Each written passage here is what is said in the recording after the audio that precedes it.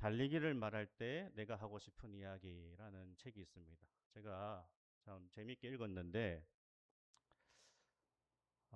저자가 무라카미 하루키라고 하는 일본 작가입니다. 이 무라카미 하루키는 제 세계적인 팬덤을 보유하고 있는 아주 예, 유명한 일본의 작가고요. 현대 문학의 거장이다 이렇게 일컬어집니다.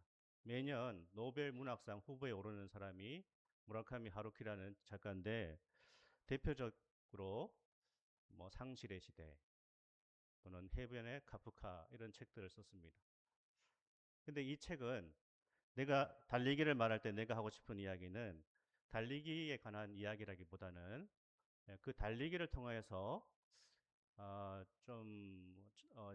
이 작가가 인생에 대해서 말하고자 하는 그런 주제를 담고 있습니다.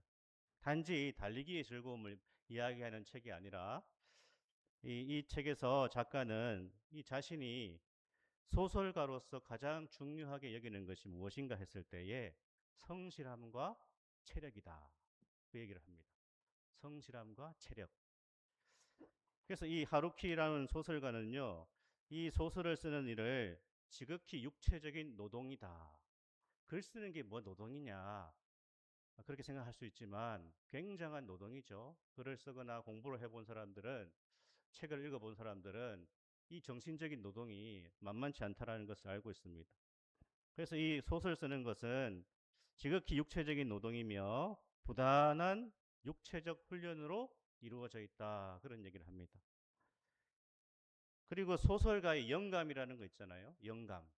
이 모든 예술가들은 영감이 필요한데 이 영감이라는 것은 가만히 앉아서 기다리는 것이 아니라 매일 규칙적인 자신만의 삶의 루틴을 통하여서 영감이라는 것을 어, 확보하게 된다. 그것은 바로 매일의 삶의 루틴을 지켜내는 성실함에서 작가의 영감이 형성된다. 그런 얘기를 합니다. 그래서 이 하루키에게 달리기는 이 사람이 마라톤 에도 굉장히 많이 출전했는데 이 달리기는 매일 책상 앞에 앉아 장편 소설을 쓸 수 있는 근력과 집중력, 지속력을 기르는 아주 중요한 수단이 바로 달리기다. 그 얘기를 합니다. 이 사람이요, 책에서 이 사람이 이제 달리기를 하면서 장거리 달리기를 하면서 어떤 생각을 하는가 하면 이런 생각을 한답니다. 특별히 마라톤처럼 아주 긴 거리를 달리면서 이런 생각을 한다는 거죠. 아, 너무나 힘들다. 42.195km. 여러분 한번 달려보셨어요? 쉬지 않고 아마 3km 달리는 것도 굉장히 어렵습니다. 근데 42.195km를 이분이 지금 70대인데 거의 30대부터 제가 달린 걸로 알고 있는데 너무 힘들다, 고통스럽다, 이제는 안 되겠다 이런 생각을 하게 된다는 거죠.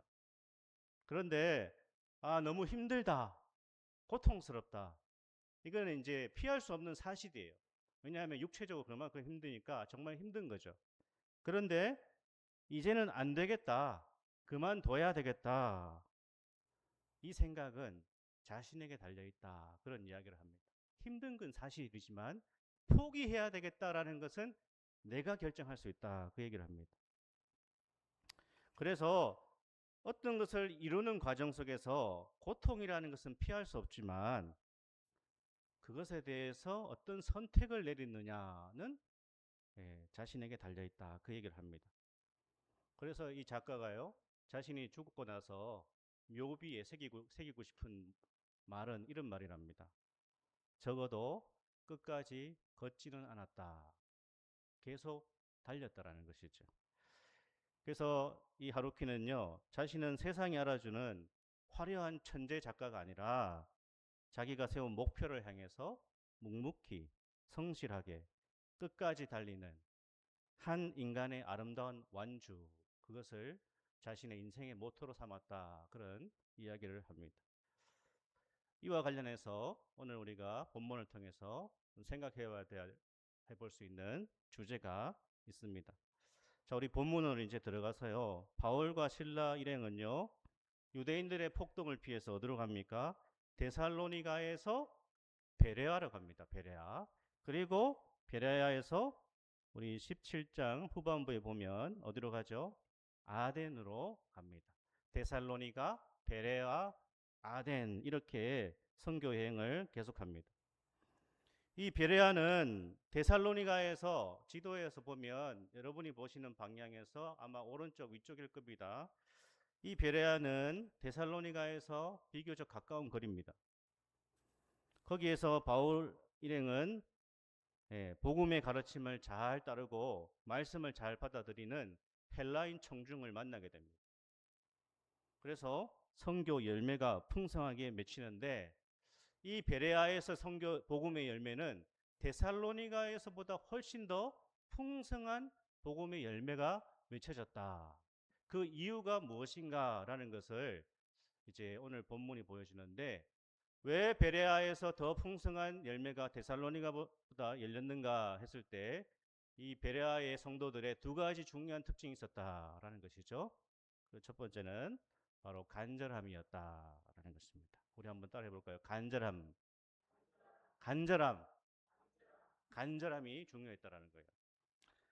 데살로니가에서 폭동을 만났을 때에 바울과 실라를 숨겨준 형제들이 어떻게 합니까? 어둠이 깔리기를 기다렸다가 이 사람들을 바울 일행을 베레아로 보냅니다. 그리고 거기서도 바울 일행은 유대인의 회당에 들어가서 복음을 전파하죠. 우리 10절 11절 다시 한번 읽어보겠습니다. 밤에 형제들이 곧 바울과 실라를 베레아로 보내니 그들이 이르러 유대인의 회당에 들어가니라. 베레아에 있는 사람들은 데살로니가에 있는 사람보다 더 너그러워서 간절한 마음으로 말씀을 받고 이것이 그러한가 하여 날마다 성경을 상고함으로. 아멘. 베레아에 있는 사람들은 데살로니가에 있는 사람들과 좀 달랐다라는 거예요. 데살로니가에서도 복음의 열매가 맺혔지만 베레아에서는 더 풍성한 복음의 열매가 맺혔다. 그 특징이 뭡니까? 이 베레아의 사람들은 더 너그러웠다. 말씀에 대해서 간절했다라는 거예요. 그전 번역에서는 뭐라고 번역했죠? 더 신사적이었다 이렇게 번역했었습니다. 더 너그럽다. 이 너그럽다라고 하는 헬라어는 고상하다, 교양 있다 이런 뜻입니다. 신사적이다. 뭐가 더 고상한가? 뭐가 더 신사적인가? 뭐가 더 교양 있는 것인가? 말씀을 대하는 자세를 통하여서 그 사람의 진짜 품위가 드러난다는 거예요. 그리스도인들의 품위는요, 다른 것이 아닙니다. 말씀을 대하는 자세가 곧 그리스도인들의 교양이에요. 그리스도인의 품위입니다. 그 사람이 아무리 그럴듯하다 하더라도 하나님의 말씀에 대해서 소홀하거나 하나님 말씀을 무시하거나 하나님 말씀을 대하는 것을 통하여서 그 사람의 진정한 영적 교양이 나타나는 거예요. 아무리 화려한 것을 하더라도 열심히 하더라도 그 사람이 말씀에 관심이 없고 말씀을 대하는 태도를 통하여서 그 사람의 영적 수준이 나타난다는 겁니다. 그래서 우리는 무엇이 너그러운 자세, 무엇이 정말 고상한 것인가? 하나님의 생명의 진리의 말씀을 간절한 마음으로 받아야 된다는 거예요. 이게 진짜 고상합니다. 우리 진리로 교회 성도들은 모두 고상한 성도들이 되기를 축복합니다. 아멘. 그 교회의 수준이에요. 말씀을 대하는 그 자세가 그 교회의 수준이다라는 겁니다. 그래서 어떤 영어 번역은요, 뭐라고 했는가 하면 whole attention 이렇게 번역했습니다. whole attention. 뭐죠? 집중이라고 할 수 있겠죠. 주목이라고 할 수 있겠죠. 하나님 말씀을 집중했다. 주목했다. 바울이 전하는 복음에 대해서 집중력을 가지고 나아갔다. 그것이 바로 베레아 성도들의 이 고상함이다. 너그러움이다. 라는 거예요. 말씀에 대한 가장 이상적인 청중의 태도와 자세를 보여주고 있습니다. 바로 열린 마음과 열린 자세로 말씀에 집중하는 것이다. 이 사람들이 누구인가라고 했을 때 오늘 본문은 헬라의 귀부인과 남자들이었다라고 말씀하고 있습니다. 헬라의 귀부인과 남자들. 세상적으로도 굉장히 그 교양 있는 사람들에 속한 거죠. 예. 이 사람들은 자신들의 사회적인 위치를 다 말씀 앞에 내려놓고 있습니다. 다 상류층이에요. 최상류층입니다. 배울 만큼 배웠고 가질 만큼 가진 사람들이에요. 세상에 나가면 가장 대접받을 수 있는 높은 지위에 있는 사람들이 바로 헬라의 기부인들이었다라는 거예요. 그러나 말씀 앞에서는 자신의 사회적인 위치를 다 내려놓는 거예요. 겸손히 내려놓고 있었다. 어떻게 해요? 마치 정말 너무나 배가 고파가지고 음식을 먹을 것을 찾는 그 어린아이처럼 하나님의 말씀 앞에 낮은 자세로 나아갔다라는 거예요. 그래서 이러한 태도와 이러한 자세가 전혀 다른 결과를 이루게 되었다라는 것입니다. 베드로전서 2장 2절을 한번 같이 읽어볼까요? 자, 같이 읽겠습니다. 갓난 아기들 같이 순전하고 신령한 젖을 사모하라. 이는 그로 말미암아 너희로 구원에 이르도록 자라게 하려 함이라. 아멘. 이 너그럽고 간절한 태도가 바로 사모함이에요. 사모함. 사모함이 없으면 아무것도 이룰 수가 없어요. 예수님은 뭐라고 하십니까? 마태복음 18장 3절과 4절 우리 같이 한번 읽겠습니다. 이르시되 진실로 너희에게 이르노니 너희가 돌이켜 어린아이들과 같이 되지 아니하면 결단코 천국에 들어가지 못하리라. 그러므로 누구든지 이 어린아이와 같이 자기를 낮추는 사람이 천국에서 큰 자니라. 아멘. 천국에서 큰 자는요, 말씀 앞에 자신을 낮추는 사람이에요. 아무리 내가 배운 게 많고 가진 게 많고 사회적인 지위가 높아도 하나님의 말씀 앞에 어린아이와 같이 자신을 낮추는 그 사람이 천국에서 큰 자다. 아멘이십니까? 아멘. 말씀 앞에 자신을 낮추어서요, 간절한 마음으로 생명의 양식을 먹어야 된다. 예수님이 정말 원하시는 것은 말씀 앞에서 이런 어린아이와 같은 태도다. 하나님의 진리를 배우려는 마음, 하나님이 주시고자 원하시는 것을 하나님으로부터 받으려고 하는 그 마음이 필요하다. 그 태도와 그 자세를 주님이 귀하게 보신다. 오늘 이 시간도 주님께서 우리를 보고 계신다는 것이죠. 그래서 그리스도인의 삶의 이 성장과 열매는요, 말씀을 향한 태도에서 시작된다. 다른 게 없어요. 우리가 영적으로 신앙적으로 성장하려면 말씀을 어떻게 대하는가, 거기에 모든 성장의 핵심 키가 있습니다. 이런 건 다 제쳐두고 엉뚱한 것을 자꾸 우리가 성장을 바라는 것이죠. 물론 설교자의 중요성은 두말할 필요가 없습니다. 그게 뭐 우선이고 기본이죠. 청중이 말씀에 집중하지 못하는 것, 뭐 설교자의 탓이 큽니다. 예. 기본적으로는 뭐 제 탓이죠. 하나님의 말씀을 중심으로 성도들의 참 영혼에 필요한 말씀을 전하기 위해서 나름의 이제 노력은 하고 있는데 부족함을 많이 느낍니다. 말씀의 이 풍성한 은혜, 참 설교자가 누구인가 중요합니다. 그런데 하나님의 이 말씀의 열매와 그 결과는 설교자의 책임만 있는 것이 아니라 청중에게도 책임이 있다라는 것을 우리가 꼭 기억해야 되는 것입니다. 어떤 설교자가요, 예배 시간마다 졸고 있는 성도가 너무나 신경에 쓰입니다. 뭐 가끔 너무 피곤해가지고 조는 것이야 뭐 어쩔 수 없죠. 하지만 습관처럼 조는 것은 올바른 예배 자세가 아니죠. 네, 정신이 드십니까? 네. 바른 신앙의 자세도 아니고 바른 예배의 태도도 아닙니다. 습관적으로 조는 것은 옳지 않습니다. 하루는 설교 시간마다 조는 그 사람, 옆에 앉아 있는 그 사람에게 좀 전해라. 좀 예배 시간마다 졸지 말라고. 그러니까 뭐라고 했다고 하죠? 자기가 재워놓고 왜 나한테 깨우라고 해? 라는 것이죠. 예, 설교자가 재웠다라는 것입니다. 예, 졸고 있어 죄송합니다. 예. 하지만 우리가 청중이 말씀을 받을 때 자세가 중요하다. 하나님의 말씀은 들어도 그만 안 들어도 그만이 아니라 우리 영혼에 너무너무 중요한 생명의 양식임을 우리가 믿어야 되는 것이죠. 아멘. 좋은 습관을 빌어야 됩니다. 신앙생활의 좋은 습관. 예. 그걸 형성해야 됩니다.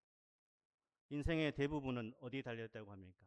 재능도 중요하지만 인생의 중요한 부분은 사실 태도와 자세에 달려있다. 신앙생활도 마찬가지다. 재능보다 더 중요한 것은요. 태도와 자세에 달려있다라는 것입니다. 말씀의 은혜와 신앙의 열매는 기계적으로 주어지지 않는다라는 거예요. 일방적으로 주어지는 것이 아니라 우리가 인격적으로 하나님께 반응해야 된다. 하나님은 어떤 분이시죠? 인격적인 분이시다. 하나님은 억지로 밀어 넣으시는 분이 아니라는 거예요. 억지로 강요하시지도 않고 우리의 인격적인 반응을 통하여서 하나님이 역사하신다라는 겁니다.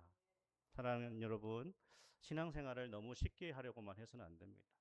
너무 자유롭게만 하려고 해서도 안 됩니다. 정말 나의 영혼을 복되게 하는 것이 무엇인가? 내 영혼을 복되게 하는 것이 무엇인가? 내 삶을 새롭게 하는 것이 무엇인가? 그것은 말씀을 대하는 나의 태도에 따라서 결정이 된다. 주님의 축복과 주님의 생명이 흘러 들어오는 것은 그 입의 말씀이다. 그 입의 말씀이다. 사랑하는 여러분, 늘 쉽지 않지만 말씀에 주목해야 되고요. 하나님의 말씀에 귀를 기울여야 됩니다. 그러기 위해서는 의식적으로 노력을 하셔야 돼요. 노력을. 애를 써야 됩니다. 그 간절함을 통해서 하나님 안에 있는 은총과 복이 공급되어지는 것입니다. 우리 모든 성도들이 간절히 말씀을 받고 말씀 안에 주어지는 생명의 복을 누리기를 축복합니다. 아멘. 두 번째 특징은요, 꾸준함이다라는 거예요. 꾸준함. 같이 해볼까요? 꾸준함. 꾸준함이 있었다라는 거예요. 자, 11절의 말씀을 우리가 다시 한번 읽겠습니다. 베레아에 있는 사람들은 데살로니가에 있는 사람들보다 더 너그러워서 간절한 마음으로 말씀을 받고 이것이 그러한가 하여 날마다 성경을 상고하므로. 아멘. 어디에 강조가 있습니까? 날마다. 날마다. 꾸준함이라는 거죠. 꾸준함. 베레아 사람들은 말씀을 간절히 받을 뿐 아니라 예, 날마다 말씀을 상고했다. 상고하다. 이 헬라어는요, 자세히 연구해서 보다 이런 뜻입니다. 상고하다. 다른 말로 하면요, 묵상하다 그런 뜻입니다. 상고하다. 우리는 참 무언가를 늘 묵상하며 살잖아요. 여러분 주로 뭘 묵상하며 사십니까? 여러분이 제일 많이 묵상하는 게 뭡니까? 아마 대부분 돈, 자식, 건강에 대해서 많이 고민하시겠죠? 생각을 많이 하시겠죠? 물론 고민해야 됩니다. 그런데 우리가 주로 묵상하는 돈이나 건강이나 자식, 묵상한다고 해결이 됩니까? 어때요? 도움은 되죠. 일정 부분 도움이 됩니다. 돈 걱정, 돈에 대해서 어떻게 참 일을 하고 수입을 내고 앞으로 어떻게 살아갈 것인가. 자식 걱정, 자식에 대해서도 그렇고 어떻게 뭐 교육을 시킬까, 어떻게 뭐 시집 장가를 보낼까, 어떻게 참 아들, 딸 내가 도와줄까, 뭐 그런 생각 일정 부분 필요하겠죠. 건강에 대해서도 마찬가지입니다. 그런데 열심히 고민해도 돈벌이가요, 어, 잘 되는 게 아닙니다. 고민했다고 다 돈 잘 벌고 내가 많이 고민했다고 해서 뭐 주식 투자한 것이 대박 나고 그러면 뭐가 문제가 있겠습니까? 머리를 싸매도 자녀 양육이요 내 마음대로 안 됩니다. 예. 뭐 고민한 만큼 목회가 된다면 예, 이 땅의 모든 교회가 다 부흥했겠죠. 건강하고 싶지 않은 사람이 없습니다. 다 건강하고 싶습니다. 아마 몸이 아프신 분들은 늘 자신의 건강에 대해서 많이 생각할 겁니다. 어떻게 하면 좀 내 건강이 좋아질까, 회복될까. 그런데 마음대로 건강이 안 됩니다. 인간은 어떤 존재인가? 인간은요, 온전하지 못합니다. 인간은 완전하지 못합니다. 우리는 결핍 가운데 살아가는 존재입니다. 그래서 우리는 우리 인생의 주인이 아니라는 것을 알아야 됩니다. 우리는 인생의 창조자가 될 수 없습니다. 우리 인생의 창조자가 될 수 없습니다. 우리 인간은요, 창조주 하나님을 필요로 하는 존재다. 창조주 하나님. 모든 것을 창조하시고 새롭게 하시고 주관하시는 그 창조주 하나님을 필요로 하는 존재가 인간이다라는 거예요. 그래서 정말로 지혜로운 것이 무엇인가? 내가 인생에 대해서 고민을 많이 하고 살아가는 것이 아니라 진짜 지혜는 나라는 존재의 무능을 빨리 깨닫는 거예요. 나의 한계를 빨리 깨닫는 거예요. 내가 아무리 많이 고민해도 내가 원하는 만큼 이룰 수가 없다. 내가 원하는 대로 인생이 풀려가지 않는다. 이것을 빨리 깨닫는 것이죠. 여전히 내 능력만 믿고 살아간다면 그것을 성경은 어리석은 인생이다. 네 능력을 의지하지 말고 창조주인, 너의 구원자인 나를 믿어라. 나를 의지해라. 라고 말씀하십니다. 사랑하는 여러분, 모든 인생은 창조주 하나님을 만나야 됩니다. 모든 인생은 우리의 구원자 예수 그리스도를 만나야 됩니다. 모든 인생은 우리에게 삶의 의미를 새롭게 하고 우리의 인생에 나아갈 바를 인도하시는 성령님을 만나야 되는 것이죠. 아멘. 그 성령의 능력을 힘입어서 우리가 이 광야와 같은 너무너무 힘든 이 인생길을 걸어가야 되는 것입니다. 그 하나님을 가장 안전하고 확실하게 만날 수 있는 방법이 바로 하나님의 진리의 말씀인 성경이라고 말씀하고 있습니다. 날마다 이 성경을 가까이 해라. 영혼의 만나인 성경을 섭취하는 축복이 있기를 소망합니다. 아멘. 성경은 하나님은 말씀이시고 예수 그리스도는 성육신 하신 말씀이다. 요한복음 1장 1절 우리 같이 읽겠습니다. 태초에 말씀이 계시니라. 이 말씀이 하나님과 함께 계셨으니 이 말씀은 곧 하나님이시니라. 아멘. 말씀이신 하나님. 말씀이 곧 하나님이시다. 요한복음 1장 14절 있습니다. 말씀이 육신이 되어 우리 가운데 거하심에 우리가 그의 영광을 보니 아버지의 독생자의 영광이요 은혜와 진리가 충만하더라. 아멘. 18세기 영국에서 영적 대각성 운동의 선구자로 쓰임받은 존 웨슬리 감리교회의 창시자죠. 이런 말을 합니다. 나는 한 가지 일을 알기를 원한다. 천국으로의 길, 즉 그 행복한 해변에 안전하게 도달하는 방법, 바로 이 목적을 위해서 그가 하늘로부터 오셨다. 그는 한 책 속에 그것을 적으셨다. 오 나에게 그 책을 주시오. 값이 얼마이든 나에게 하나님의 책을 주십시오.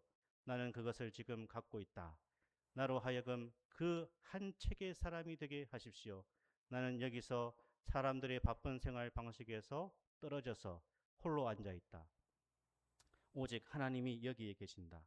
하나님의 임재 속에서 나는 마음을 열고 천국으로의 길을 찾기 위해서 그 책을 읽는다.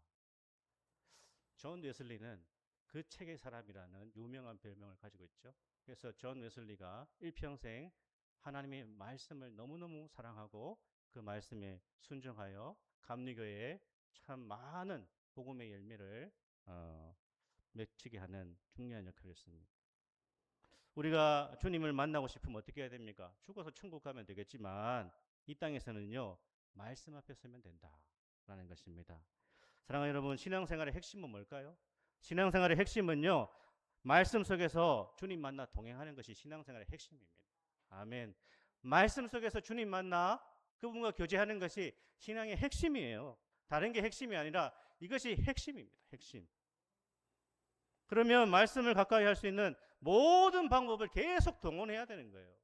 계속 하나님 말씀을 놓지 않도록 이 번역 성경, 저 번역 성경, 새 번역, 개역, 개정판 읽어보고 영어가 되는 분 영어 성경도 읽어보고 이런 모임에도 참여하고 각종 모임을 통해서 내가 계속 말씀을 붙들 수 있도록 동원해야 되죠. 제가 한번 소개했던 이 내비게이터의 창시자 도슨 트로트맨이 제시한 게 있잖아요. 이 손예화, 말씀 손예화. 뭐죠? 말씀을 듣고 읽고 공부하고 암송하고 묵상하면 말씀을 붙들 수 있다. 이 말씀을 붙들 때 인생의 중요한 순간에 나도 모르는 힘을 얻게 되고 또 내가 예상하지 못했던 나 자신을 성경에서 발견하게 된다. 이렇게 5손가락이죠. 그 가운데 좋은 방법이 말씀을 읽는 것입니다.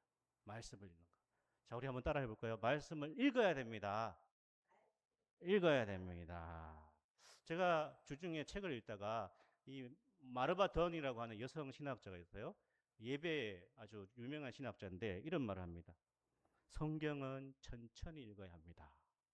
하나님은 천천히 읽고 음미하도록 성경을 교회에 주셨습니다. 참 아는 내용이지만 예, 아주 탁월한 이 여성 신학자가 얘기하니까 더 와닿더라고요. 그래서 성경은 천천히 읽어야 된다. 천천히 읽을 때에 그 성경을 음미하게 되고 예, 은혜를 받게 되고 놀라운 역사를 경험하게 된다. 또 최근에 제가 봤던 한 이제 심리학 교수가 있는데요. 우리 성도님들도 혹시 보셨을지 모르겠지만 이 박상미라고 하는 여자 교수가 심리학 교수가 이런 이야기를 합니다. 오늘날 60대 남성들이요. 퇴직 후에 깊은 공허감을 우울함을 많이 느낀다고 해요. 60대 남성. 예. 저는 70대인데요. 뭐 이렇게 하지 마시고 60대 남성들이 퇴직 후에 깊은 공허감을 많이 느낀다고 합니다. 그런데 이 사람들의 특징이 뭔가 통계를 내봤는데 인생에 멘토가 없었다라는 거예요. 열심히 일하면서 달려왔는데 인생에 멘토가 없었다는 공통점이 있다는 겁니다. 자신의 공허함을 극복할 수 있는 어떤 사람이나 또는 책이나 이런 것들이 주변에 없다라는 것입니다. 그래서 이 교수가요, 인생의 의미를 찾기 위해서는 좋은 사람이나 좋은 책 한 권 필요하다는 거예요. 좋은 책 한 권이 사람의 생각과 뇌를 바꾼다는 겁니다.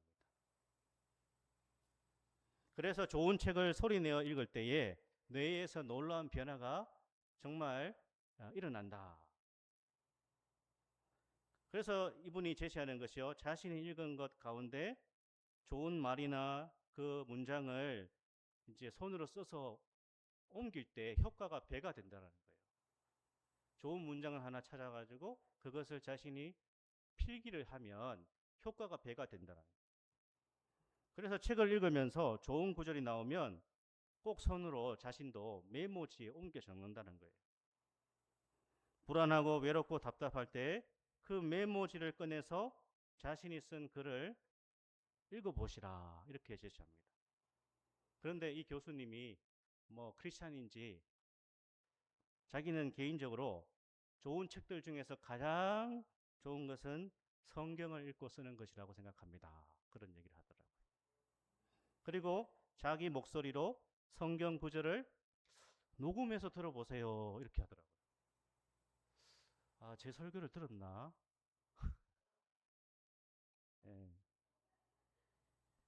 저도 어디서 이제 하고 있는 프로그램인데 제가 이게 괜찮은 것 같아가지고 도입한 것인데 일맥상통하더라고요. 100일 시편 읽기 모임은 시편을 소리내서 천천히 읽는 것에 있습니다. 성경을 읽는 내 음성을 내가 듣고요. 말씀 속에 내가 들어가는 훈련이죠. 천천히 집중해서 읽을 때에 성령님의 역사가 일어난다. 그리고 우리가 말씀에 빠져들게 된다. 그 말씀 속으로 들어가게 된다. 물론 중요한 것은요. 꾸준함입니다. 100일.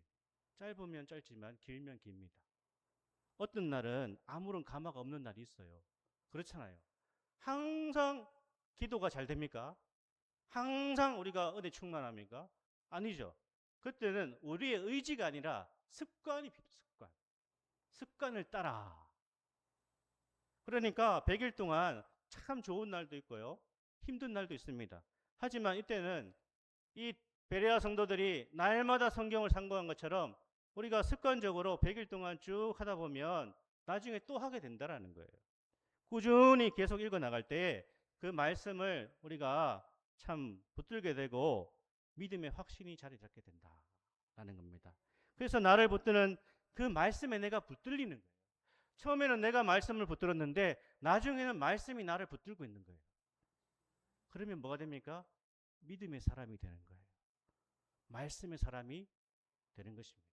저는 이번에는 원하는 분들하고 다음에 또 할 때 또 지원을 해 보셔가지고 전혀 부담이 한 10%도 안 됩니다.